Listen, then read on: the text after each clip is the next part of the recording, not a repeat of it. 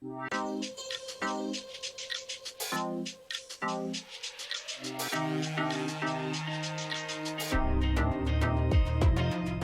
design reveals who you are energetically and who you came here to be. I'm Dana, human design specialist. And I'm Haley, the human design newbie. Listen in as we explore how leaning into your authentic self is your ultimate path to success. Welcome to the Human Design Hive podcast. Let's get into it. Hello and welcome back to the Human Design Hive podcast. I'm your host, Dana Phillips. Again, running solo today, sort of. Haley's not here today because we're going to do a rebroadcast of a podcast I was on earlier this year. So I was a guest on the Soul Aligned Self-Care podcast with Tina Stinson, and this was really a fun experience. Tina's podcast is a really great resource where she talks about the deep level self-care practices that help us have success in both our personal and professional life. Things about stress reduction, anxiety, how to deal with that, how to really integrate self-care into your life.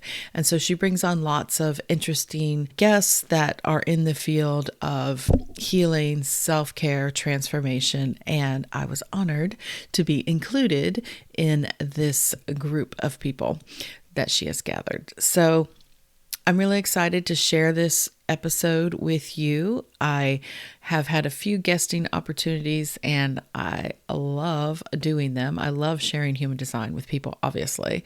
So I hope you enjoy this one. And if there's a podcast that you really like that you think could use a little dose of human design and you like my perspective, please share that podcast with me. You can either reach me on my DMs and Instagram, or you can email me at dana@humandesignhive.com. So let's get that out of the way and let's get started with this episode with Tina Stinson and the Soul Aligned Self-Care podcast. Hello and welcome, Dana. I am so excited to have you on the Soul Aligned Self-Care podcast, and I am so excited to learn more about human design. Can we get started by you just telling me a little bit about yourself and what you do, and like a little bit of an intro into the human design process? Sure. Thanks, Tina. First of all, thank you so much for having me here. This is really exciting. I love talking to people about human design. Like you said, my name's Dana Phillips. I am a human design specialist. I also am a podcast host. I have a podcast with my daughter, Haley. It's called Human Design Hive Podcast, where we talk about all things human design. It's kind of a teaching format. It's really informal. And so really what I do is I help teach people about human design using their human design.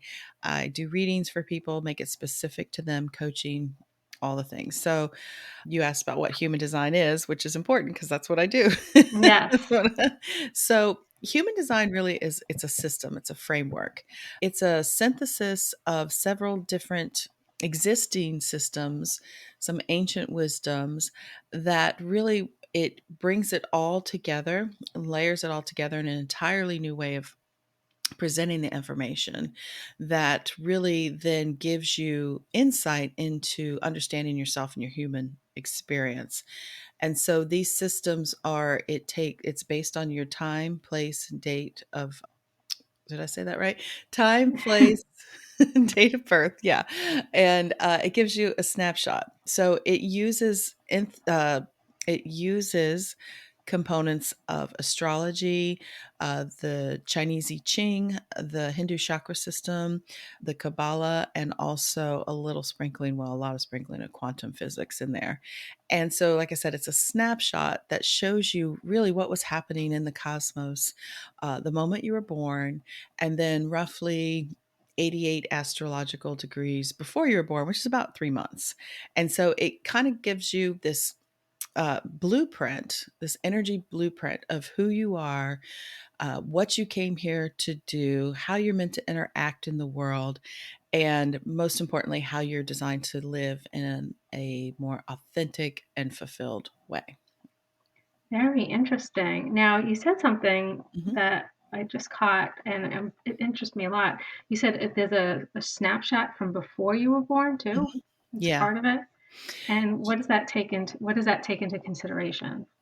Well, what it does is the astrology component of it is, again, like I said, it'll show you when you enter your information. You can see what I'm talking about if you go to my website, which is humandesignhive.com, and there's a tab up on the top that says get your free chart, and you enter in your birth information, and it will spit out this graphic, this image for you, which is called a body graph. And you will see on the right hand side of that body graph, it's kind of confusing. You said you've seen it before and you kind of started Hmm. getting into it. It's a little like, what is all this? But yeah, so it shows you the planetary placements, including the Earth and the Sun and all this stuff, the moment you were born, like I said, and then 3 months before. Because basically, what it's showing you is these two, I don't want to say sides of yourself, but it's basically looking at energy signatures within you that on the right hand side, the moment you were born, things you might be more aware of in yourself and how you interact and your personality, let's say.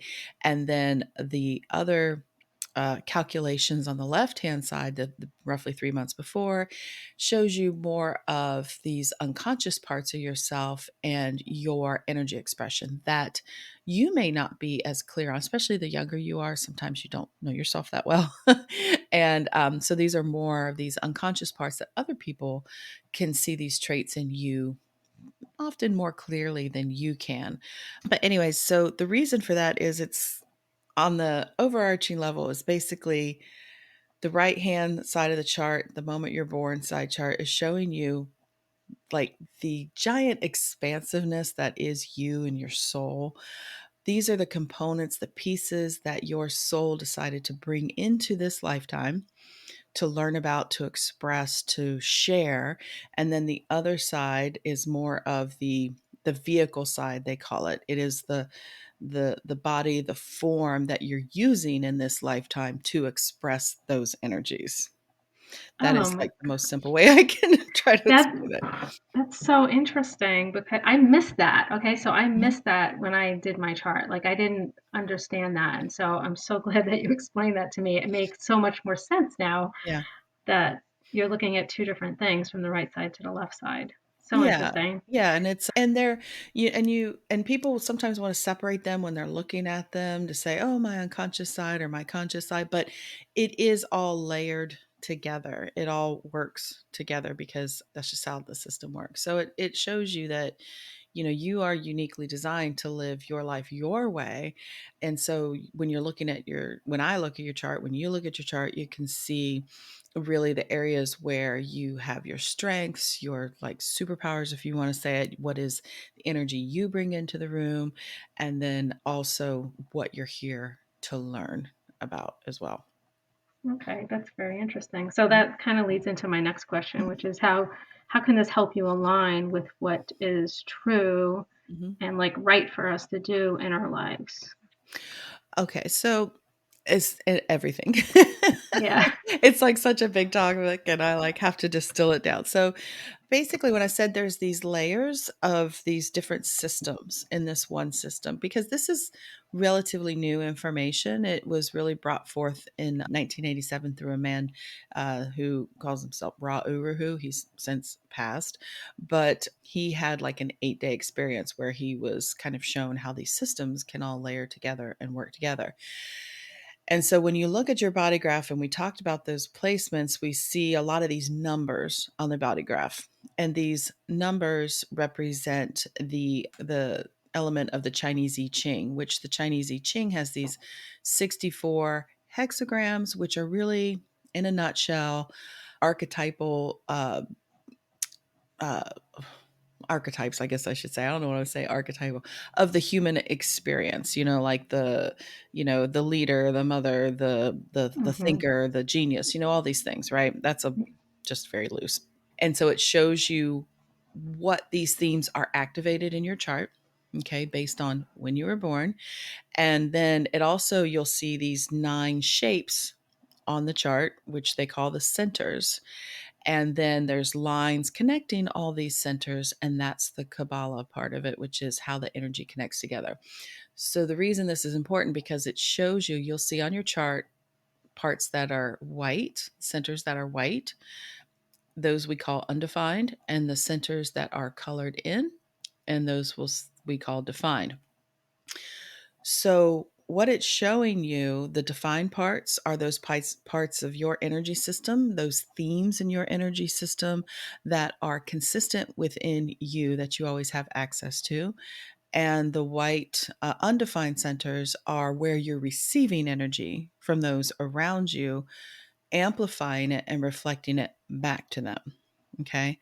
And Okay. so that part of it alone, just looking at the centers part of it, shows you really how you may have received conditioning in your life, where the shadows in your life and your expression might be hiding, because these are areas where you're highly influenced and affected by other people, but it's not you.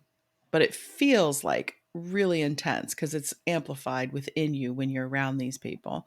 And so you might think these things are more you. Those are those shadow parts of you.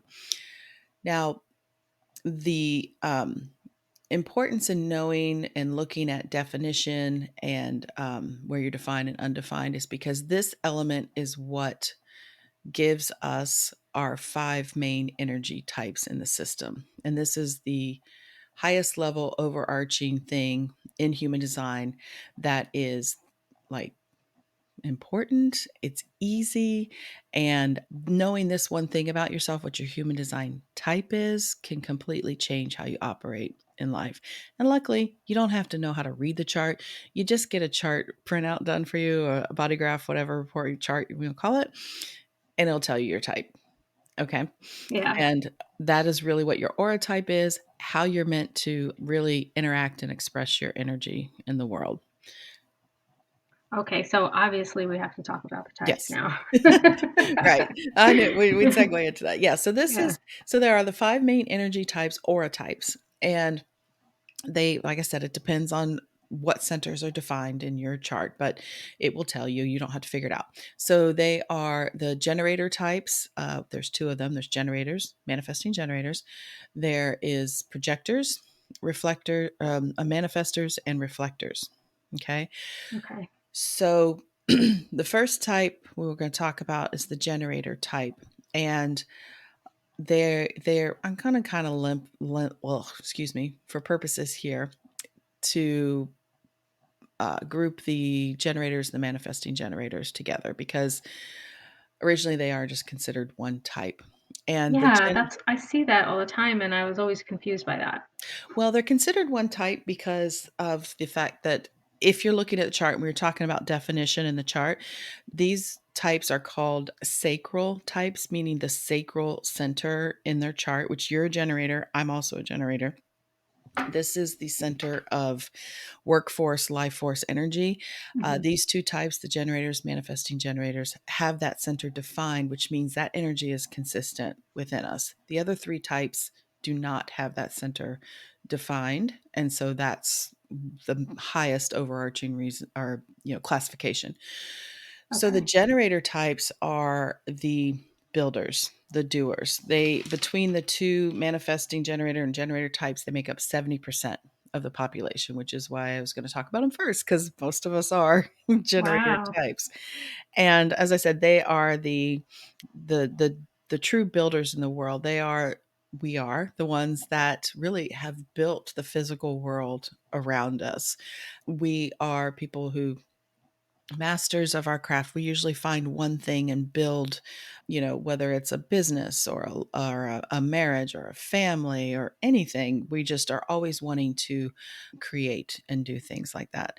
And the generator types work in response. We have this Our aura type is very enveloping, it's very attractive. It brings stuff to us from our outer reality to us. And then we are designed energetically to react to what comes into our outer reality with a yes or a no.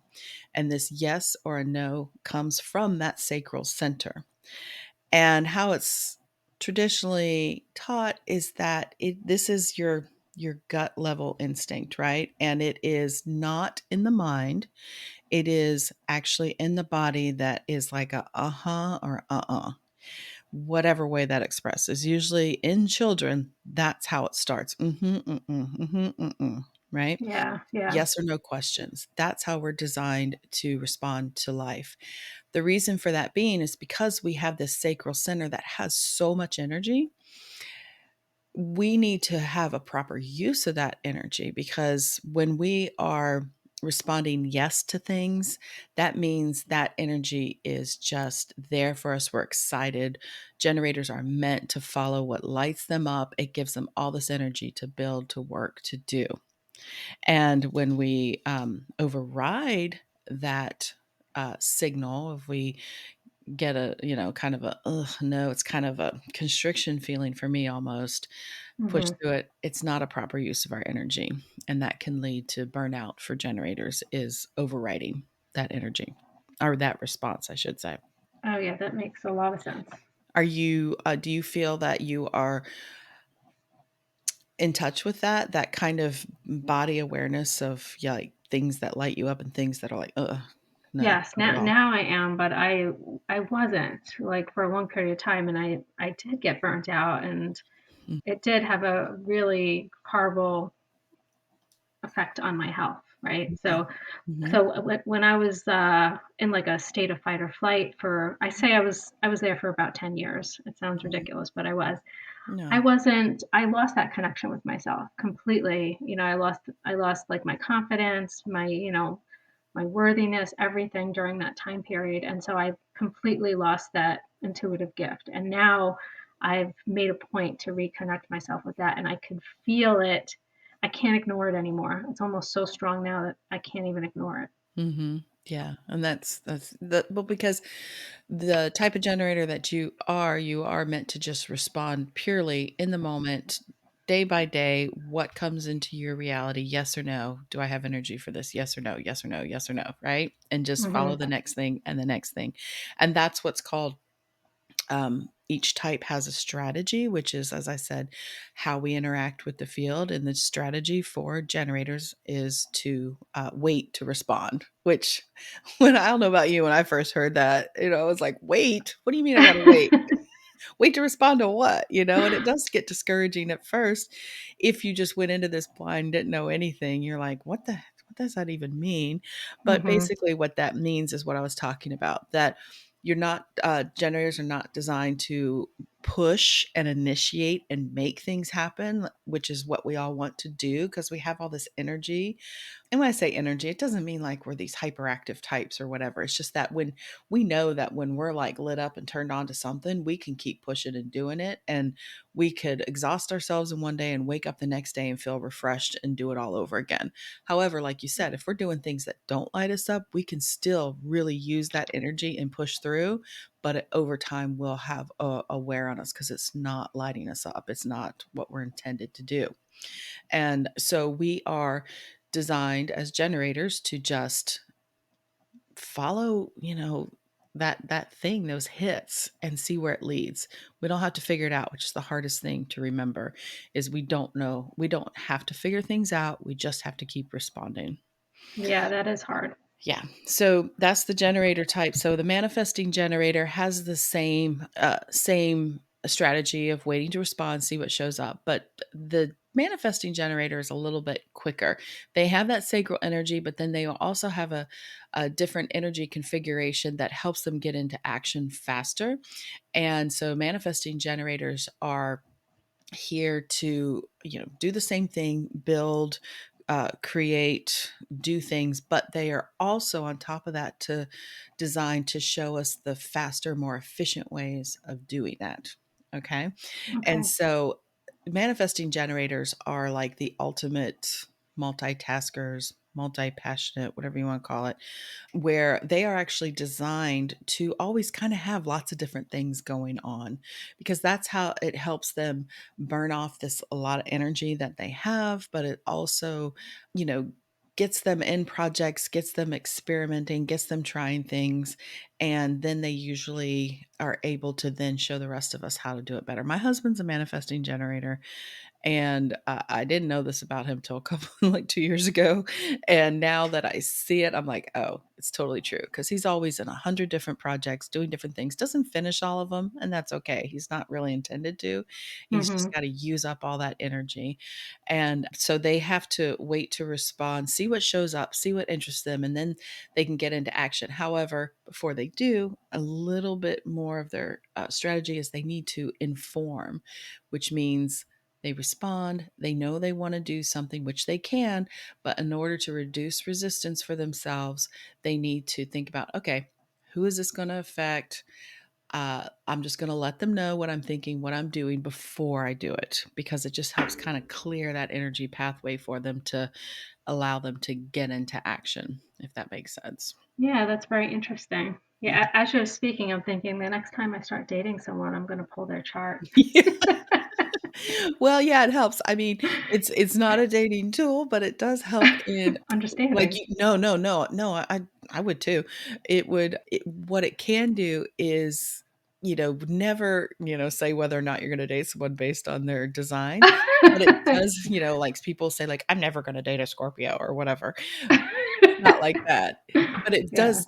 I mean, relationships and relationship, communication styles and everything like this can certainly really, really Yes. help with. Because Yeah. what I find is that when they see their designer, they start to really get an understanding of it, or we do a reading and I can go into this stuff with them. I mean, most people are like, "Oh my gosh," like I always knew this about myself. And they finally feel seen for the first time in life. Someone can give them this reflection of like, this is how you're designed. And they're like, I always knew that. I was afraid to step into that, and so I think what human design shows you is when you have that deep resonance with your own chart and your own body graph, you realize, well, if I feel this way, other people probably feel the same way. And it gives you that insight into others of like, oh, well, I don't have to take it personally. Some of these behaviors or whatever, it might just be part of their design. That's not a pass, on bad behavior. But I'm just saying, Mhm. if it resonates for you, it's probably true for other people as well. And you realize, well, we're just wired differently. And so, how Yeah. can we communicate and how can we approach this in a way that's good for both of us? So, I think it is good to know if you're dating someone, if they'll give you your information, their Yeah. information. Yeah. Maybe not right away, but, Yeah, see if you really like them. Get that spark yeah. first, Yeah. because if you don't have the spark, don't waste your time. Exactly. Exactly. Let your sacral respond. So, okay, so that's the generators, manifesting generators. Projector types. Now, projectors make up about 20% of the population, and they are our guides, our managers. They are here to show us how to be wise about energy and how it's used. And as I said, they are one of the other types that don't have that sacral center defined. So that means that how they experience that work energy, that building energy, that is a little more inconsistent. They have it, they certainly have it, but they can't sustain the level and intensity of work that sacral types can. And so they're not designed to work in a typical 9 to 5 fashion. These are people that require downtime, rest. And a lot of times projectors don't feel that way at all. These people will feel like, no, I have the most to do. I am very productive. They want to do. But then also, when they finally learn this about themselves, they're like, oh, that's the reason I just can't. I see everybody else pushing so hard and doing so much, and I want to do that. But then, their body can physically shut down on them. Burnout is Yeah. way, way faster with non-sacral types because it's not sustainable. And a lot of projectors growing up or in the work environment have struggled with feeling lazy. That's a big one. Most of them I talked to were like they always felt lazy because they seen everybody else, able to just keep doing it, and they literally can't. But they're not designed to, because their energy is precious. As I said, they are here to guide and manage the other types, the generator types and how to correctly use their energy. So these people make great managers, especially like project managers if we're going to talk about work stuff. But overall, they are here to help show us how to use our energy. And as such, their aura type is more what they call focused and penetrating, because they are really dialed into the heart of others. Like they really know what people need to be doing and how to do it. And as such, projectors need to, their strategy is called wait for the invitation, or sometimes you see wait for the invitation or recognition. Is Hmm. because when they try to, since their aura is more penetrating into the other, if they try to tell people what it is they know or what they think they should be doing, or any of these things, it can come off as a little bossy, intrusive. Yeah. Don't tell me that. And people can literally either just not hear them, like literally not hear them, or they get sometimes pushback of you know a little bit of irritation or anger. But this creates in the projector this theme of this not self theme of bitterness, because they know what needs to happen, they know what people need to do, and it's very frustrating, and it makes them a little bitter when people just don't get it, and they won't Yeah. listen to them. But the point being, they're not meant to guide and manage everyone. There are certain people that they are meant to guide and manage. And so what's important for a projector to do is to really follow their own interests, their own passions, whatever it is that really, excites them, what they know they're good at, and what they know they can contribute. And when they recognize their own value and their own worth and what it is they have to offer, they can just stand there as, this is metaphorically, stand there as this beacon of light of like, this is what I have, this is how I can help. And then the correct people will come to them and recognize them for what it is they can help them with. And then they will ask them, they will invite them in to help them. Does that make sense? Yeah, it's very interesting. I could see how knowing this about yourself could be so helpful. So helpful, especially, yeah, for the projector type. My daughter is a projector, and Um, she hasn't struggled with it too much. I mean, she's 26, and so I've only known this about her for about 2 or 3 years, 2 years now, Yeah. 3 years. So it's been eye opening, but I can see how when she does just kind of, I don't want to say stay in her lane, not like she has a place, but when she's just interested in what she's doing and she's excited about it and she knows that she's good at it and what she can, the invitations literally do come. And then she can, decide through other ways of making decisions in the chart if this is a correct invitation for her. Okay. Yeah. And I then love that. then she knows that she will be valued, and that's usually a good thing. And that's for bigger decisions in life. She doesn't have to sit around and wait and decide what, if somebody's going to ask her if she wants to eat today or anything. It's just like, if it involves other people and collaborating, that's waiting for invitation is correct there. So that's the projectors. So the next type is the manifestor type. Manifestors make up about 9% of the population. And a lot of times when people are first looking at human design, they're like, I want to be a manifestor. I want to be a manifesting Yeah. generator, right? Because what we think manifesting is. I know you work with this a lot too, mindset, all that stuff. And I'm right there with you. But this is a little different. This is literally an energy configuration, and it is how their aura operates. And so manifestors, again, they don't have that sacral center defined. So they are also a type that's meant to operate a little bit differently. They're not meant to do all the work. They're meant to initiate and get the ball rolling for other types to respond to. So, Interesting. yes. So they do have an energy configuration that allows them to, as I said, get the ball rolling. They manifestors have their own internal nonverbal creative flow.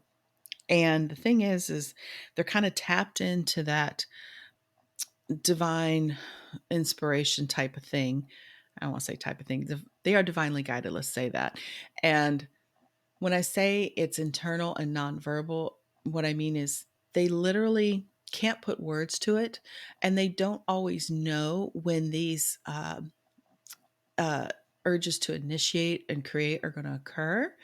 And so manifestors can kind of give off this energy of, and this is not intentional, this is just how their aura works.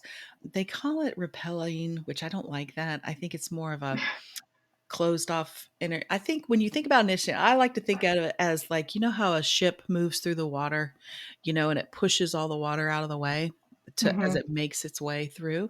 That's how I kind of envision it, is that the manifestor, because they can get things moving and they don't really need other people energetically to get things going, it kind of gives off this energy of just leave me alone, get out of my way. Yes. Okay. and and it can be really difficult, especially manifesting women who are manifestors, and especially when you learn this later on in life, you're like, oh my gosh, that's why so many things, they may have been dimming this part of themselves, this initiating energy, because they got a lot of pushback from it, because people don't, respond well to it, obviously, of that feeling. So the manifestor strategy is to inform, which you heard me say earlier, Hmm. with the manifesting generators. And what that means is, because there's this nonverbal creative flow, they don't know when it's going to happen. They can't really express what it is. When they get like that hit, that thing, like, oh, I have this urge, I want to go do this, or I want to do, and it doesn't have to be everything. It can be literally like they decide after dinner they want to go get some ice cream. They don't have any, and they get up and they see, oh, I don't have any ice cream in the house, and they just leave and go to the store and don't Yeah. tell anybody what they're doing.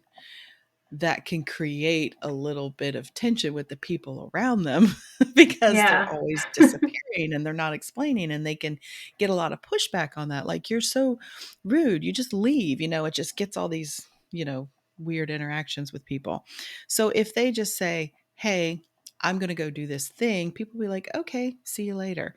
And it reduces some of that friction with the other types, because also a lot of times manifestors, they get in that zone of, say it is something creative, something they want to work on, and people might interrupt them because they don't understand that they're in the zone type of thing, and they want to help them, and they interrupt them, and it brings up this not self behavior of anger within the manifestor. And because it's like their energy is like lightning in a bottle, it's like Yeah. it just it has to, or I don't want to say lightning in a bottle, more like lightning, and it has to go somewhere. It's very powerful energy, and if it gets interrupted, that could strike you instead of where it should be focused, because it is very powerful energy. So yeah, so they are designed to get the ball rolling, and then after that, they can kind of hand off whatever it is to the other types to build, because, like I said, not that sustainable sacral energy. They're not meant to actually see it through to the end. They're just people that initiate. Very interesting type. That's an interesting one. Hmm. And I just always like to point out here that they're only 7% of the population. And our whole culture is built around this initiating idea. Just do it, push through it, Hmm. get started, always get into action. Like, it's not bad to get into action. That's not the thing. But not all of us are designed energetically to do that. It's a very small percentage. And so it's very illuminating when you first hear a lot of this information, because you can kind of give yourself a break when you're like, why doesn't it work when I like try to start things? Yeah, absolutely. And I think we all need to completely ignore most of the societal norms that Yeah. get placed on us in this world, because they all seem to be kind of not aligned with anybody, Yeah. really. Yeah. True. So the last type are the reflectors, and these are very, very rare. They're only 1% of the population. And when I talked about the definition before of the colored in centers, or the white centers, if you were to look at a reflectors chart, all the centers on the chart are going to be white, which means they're undefined. As Interesting. such, yes. As such, that means that all of their energy centers are always kind of dipping into the environment around them and reflecting back what's happening.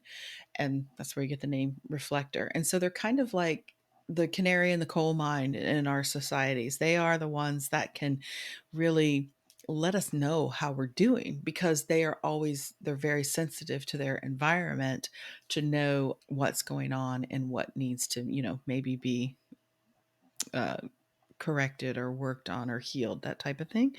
Yeah. So reflectors, I said, are very rare, and sometimes they could be seen as more intense people because, like I said, they are a reflection of those around us, but they're incredibly wise beings because they can literally see and feel into the people around them. And the strategy for a reflector is they need to take a lot more time in order, like I said, to enter these bigger decisions and how they interact.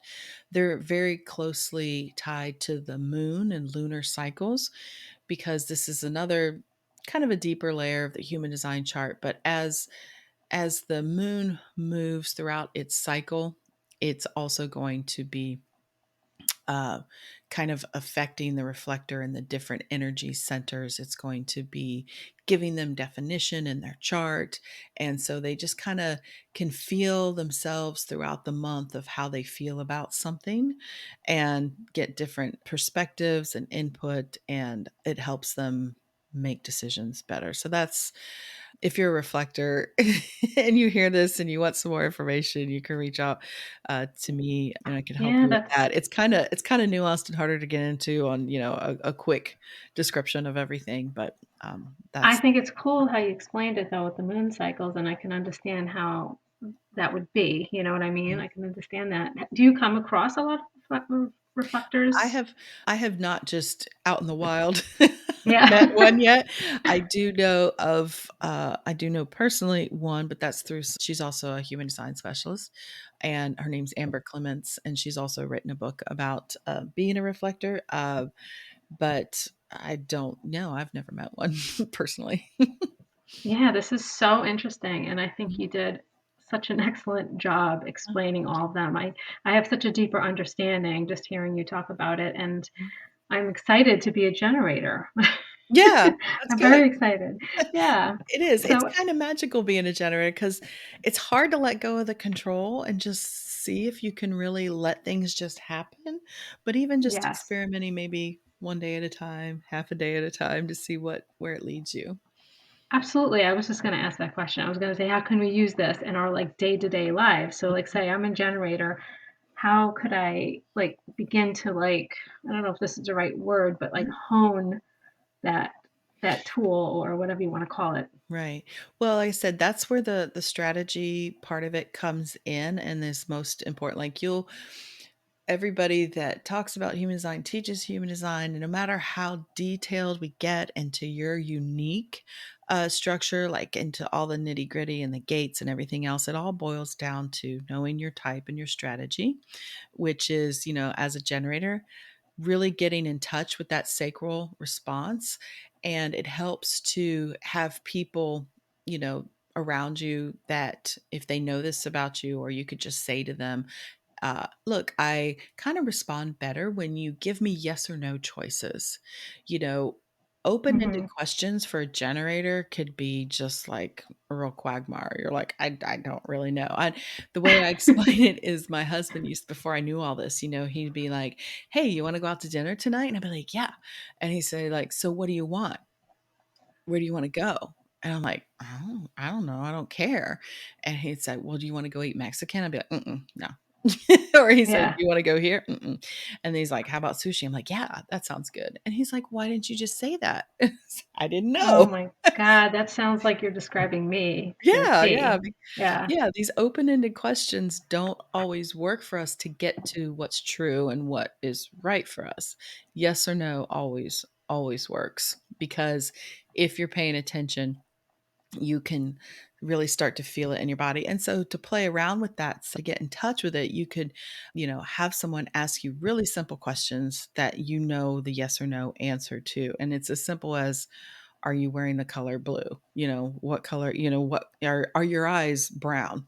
Just, and you Hmm. responding, they say sometimes if you can respond with that without words, but just that, because you start to feel it. For me, the sacral yes is It feels expansive. It feels exciting. It's kind of a, yeah, no brainer. And then the no for me is very much, like I said, it's a constriction. I usually see it on my face more than anything. My face reacts faster. Oh, that's I'm interesting. Yeah, just like, look in a mirror. I'm just like, Yeah. no, don't like that. And anyways, so that's one way that, for those types to work with it. And like I said, the strategies for the different types are these tools for you to use. So like for a projector really to work with their uh, type and their strategy is to recognize, okay, when they're starting to feel maybe a little bit drained, or if they need time to rest. This is the hardest thing for a projector to get used to, is to realize that the less they do, the more comes their way, because it is like this, like I said, they're like the lighthouse, this beacon that shines this energetic light out into the world. And if they are rested and filled up and know what they have to offer, like moths to a flame, people come to them. And Hmm. so for a lot of projectors, this is the thing that they have to work with and recognize, is energy management and understand, because they are the type that is here to learn when enough is enough. They are showing the new way of doing things, which isn't through efforting, but is through understanding energy and how it works. And so projectors, I often recommend that they try to pay attention to what their body's telling them when they need more rest, and then to also just really follow what it is that is interesting to them and what they know they're good at, and to just kind of do that and see what happens.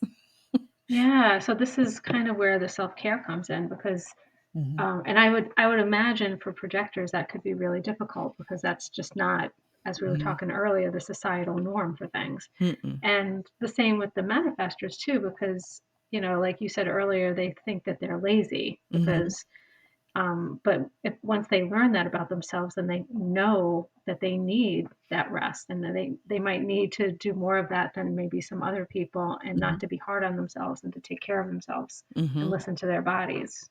Yeah, absolutely. Yeah, knowing how your energy is designed to work in that regard gives you a lot of grace, a lot of like, okay, this is what, is going to be the best use of my energy, and how can I honor that? How can I use that? And like I said, I don't want to say it's a totally different way of operating, but it is a different way of looking at your day and your life, of like what you actually need. And Um, there is another component to it, because you were asking me about like how can you use this in your daily life. That's the type part, for sure, and the strategy.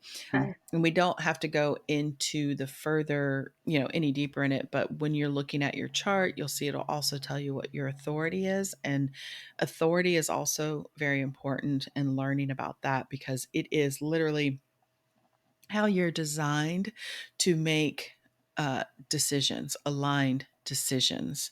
So you have this interaction with the field, but then also there is a more nuanced part to it. And the highest level is, some of us are meant to make decisions in the moment. There's no Hmm. question. We can trust ourselves in the moment, whatever our body is telling us. Some of us are more designed to wait. There is no truth in the now for us. We have to kind of maybe even give it a day, a week, or whatever, these, a little bit longer time to make these bigger decisions. Like I said, things that usually involve other people, like relationships, jobs, where you live, investments, this kind of thing. Some of us are designed to take a little bit longer. Some of us are designed to really kind of talk out what we're thinking or what we're feeling, not as a way to get advice from people, but just as a way to hear how we think about things or how we're feeling about things. And that's called your authority.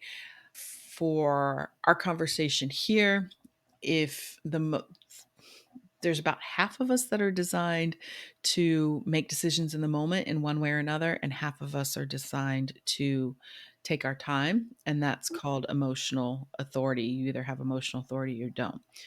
Okay. You are a generator. It'll say on your chart that you're It'll say pure generator, it'll say sacral generator, but that means that that sacral response in you is your ultimate decision making response.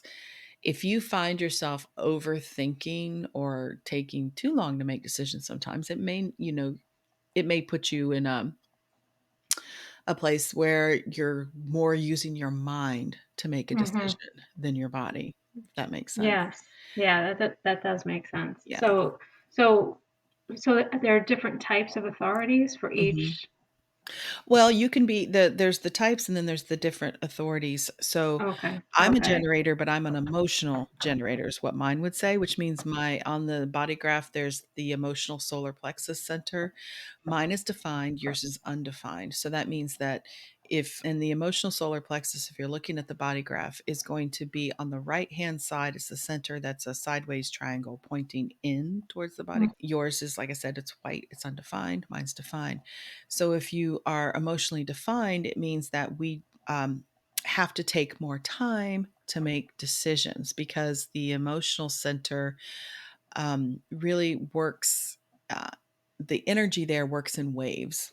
Mm-hmm. So it is what they call a motor in the chart. It helps move energy through the chart. The sacral is also a motor, but this energy, sometimes it's there, sometimes it's not. It's a wave and it's mechanical. We can't really control when we have these more emotional highs, emotional lows, but what we're designed to do is to really kind of have this get in touch with a baseline emotional frequency that we have to know from this neutral place how we feel about things when making decisions. So an example would be like I'm a sacral being because I'm a generator, but I have this over time decision making thing. So I can get this like hit sacral response. Say it's, you know, like I said, entering into a new relationship, or even if I'm going to spend more, just some money on, buying a car or even a small thing, right? A couch or what, Mm-hmm. that's not that small, but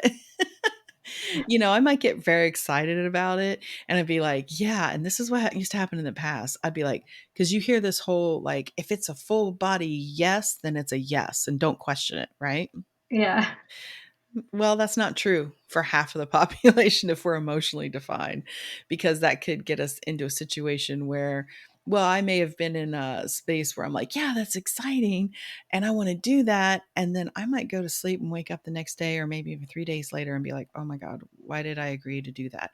Why did I buy that? I didn't even need that. Like, that buyer's remorse, all this like, oh, I wish I hadn't have done that because I was in a more high, exciting place. I didn't give myself the time to really come back to a more neutral place, see how I was feeling about it, because we have these waves of energy and there's different types of waves, and that's a lot more nuanced, as I said. But it's really finding that we've got to just give ourselves more time, sleep on it, see how we feel about it a little bit later. And if it's still a yes, I still am really into that, then that's a sign you can go ahead. But if there's any kind of waffling or wavering or whatever, it's probably not a good use of their energy.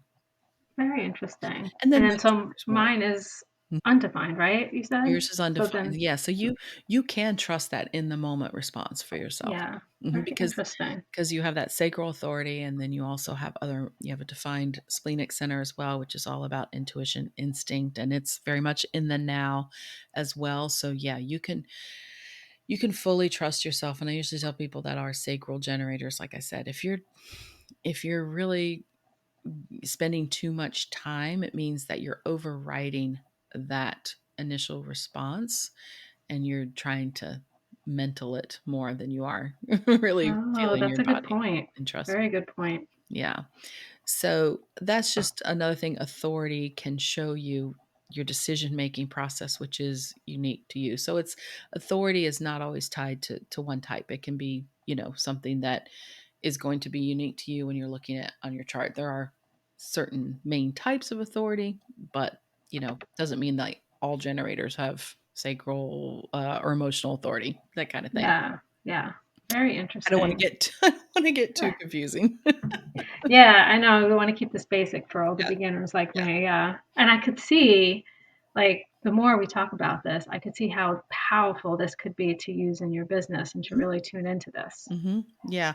Use it in your business. I know a lot of for yourself, personally, knowing how you're best designed to work, whether you have that energy to push through, how you're making decisions, what feels true to you. Because ultimately, you know, it what they call human design the science of differentiation, because there's literally so many different combinations of, because it's based on your time and place and date of birth, that even, you know, people who are born same day can be so different, depending on where they live and what time they were born. It just shows us that we are all these super unique pieces of the big puzzle, and each one of us is important and vital, and each one of Yep. us has a way of doing things our own unique way, but we're all also meant to all work together.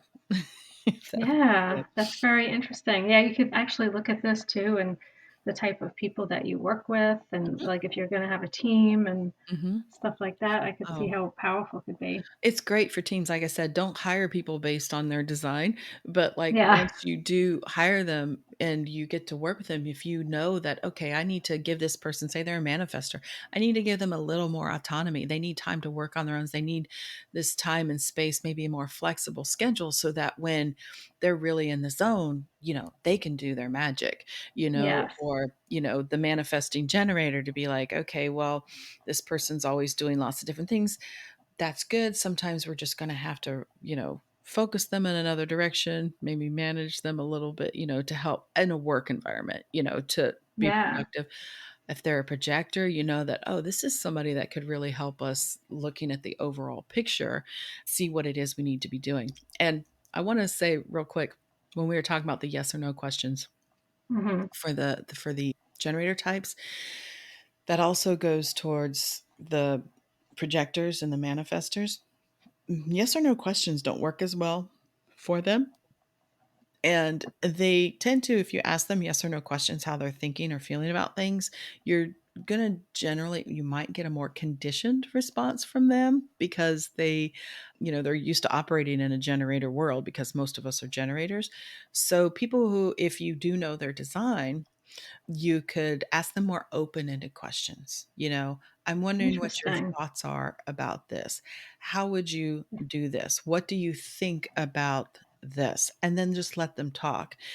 And I've noticed with the projectors I know, when you speak with them that way, they actually they like talking that way. They like telling you what it is what they know and what they're thinking. And I noticed especially my daughter or some friends of mine that are projectors that when I just ask them what they're thinking or how they feel about it, they take a few beats, they and then they can answer it. It's like Yeah. generators, manifesting generators, we always want to be like, yes, no, and we get right into it. They may take a little more time, but it really helps them, especially I mean, not especially, also manifestors, reflectors, same thing. Ask them more open-ended questions. That's very interesting and can be super powerful either in a work setting or also once Mhm. again in a relationship setting to know how somebody communicates. Absolutely. It's key. Oh my god. So this was so awesome. And I know because I like dipped my toes in human design at the Mhm, beginning of COVID. I mhm, know that this is just the beginning. Like this is just the mhm, tip of the iceberg and it goes so much deeper. mhm. And so what do you suggest for people? How can they get started? What's the best way? Like I said, you can go get a copy of your body graph. You can either get it on my website. It'll give you all that information that I just explained to you. It'll show you your body graph. It'll tell you your type, strategy, authority. It'll tell you quite a few other things. There's our podcast is, like I said, a in a teaching sort of format, conversational teaching with my daughter, where, starting from the very beginning, we talk about all these different things that we talked about today and a little more in depth. There's really, gosh, there's lots of information out there. It's really Yeah. finding someone that resonates with you and how they speak about it, talk about it, is going to be the easiest way for you to integrate this. But really, this isn't like this isn't what do I want to say? This is meant to be experimented with because Mhm. it's showing you something, but the most important element here is your own lived experience because that's going to inform the chart as much as what it's showing you because it's literally just showing you what you're working with.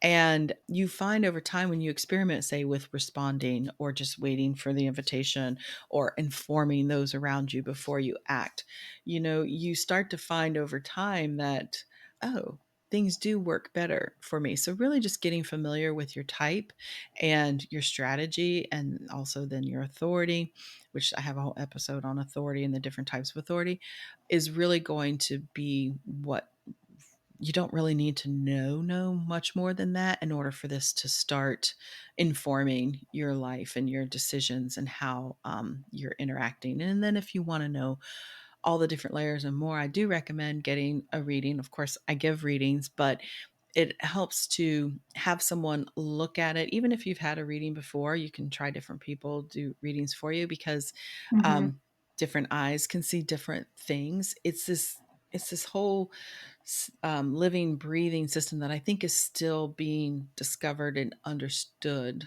by people and being interpreted in new ways. There's the bones, but then I think it's still being built upon, if that makes sense. Yeah, absolutely. Absolutely. That's a great start for people. Mhm. Before we go, I have one last question. Okay. It's just a fun question. Okay. So if you could have anything in the world without any limitations, what would it be? Oh my gosh, there's this question. There's so many things, but when I really think about, because you want to have the high ideals of like, oh, something that sounds really great, but honestly, I would really love the ability, without limitation, to travel when and where I wanted to, because Yes. travel for me is a reset and it's like experimenting with or experiencing new things. Going to I love going to cities. I love going to the mountains. I love all of it, experiencing all of it. And I don't get to do that enough. Uh, Hmm. so if without limitation, I would love to be able to just travel as much as I could. That sounds perfect. You're the second person that has said that, Oh, and really? so yeah, and yeah, I agree. I agree. It's something that most people do want. Hmm. I think. I think, I'd yeah, love it's that freedom of movement of just, and I think that's why so many people, probably why they are giving, this entrepreneurial journey of working for yourself or doing, that's what we're all trying to do is create more freedom in our life. And for me, that freedom is yes. freedom of movement, of being able to do what I want to do when I want to do it. Yes, I agree. I'm right there with you. Well, it Mhm. was such a pleasure to have you Thank on, you. Oh, it was so and great. it was you really explained it to all of us very clearly, so I appreciate having you. Oh, thank you so much, Tina. It's been great. You're a great host, so I really appreciate it. Thanks again. Thank you. Well, there you have it. That was the conversation that Tina and I had earlier this year. And I hope you enjoyed it. Just kind of a little primer on the basics of the human design system. And if you enjoyed this, you'll probably really enjoy Tina's podcast. Again, it's the Soul Aligned Self Care Podcast, and I'll have a link to that in the show notes below. And pay attention because in the new year, I'm going to have Tina on as a guest on this podcast. So we'll get to learn a little bit more about her and her journey, and I'm really excited to share that with you. So thank you for listening today, and don't forget, if this podcast resonates with you or there's something that you heard today that really stood out, please share it with someone you know, or you could even share something with me on Instagram if you'd like. You can take a screenshot of the podcast and let me know. Share it on your stories. What stood out to you? I always love to know what resonates with you guys. So please let me know. And again, if this has stoked your curiosity, you always know that you can learn more about your own human design by going to my website, humandesignhive.com, getting your body graph if you don't already have one, and booking a reading. So love to dive into your design with you. So once again, thank you, and catch you on the next episode.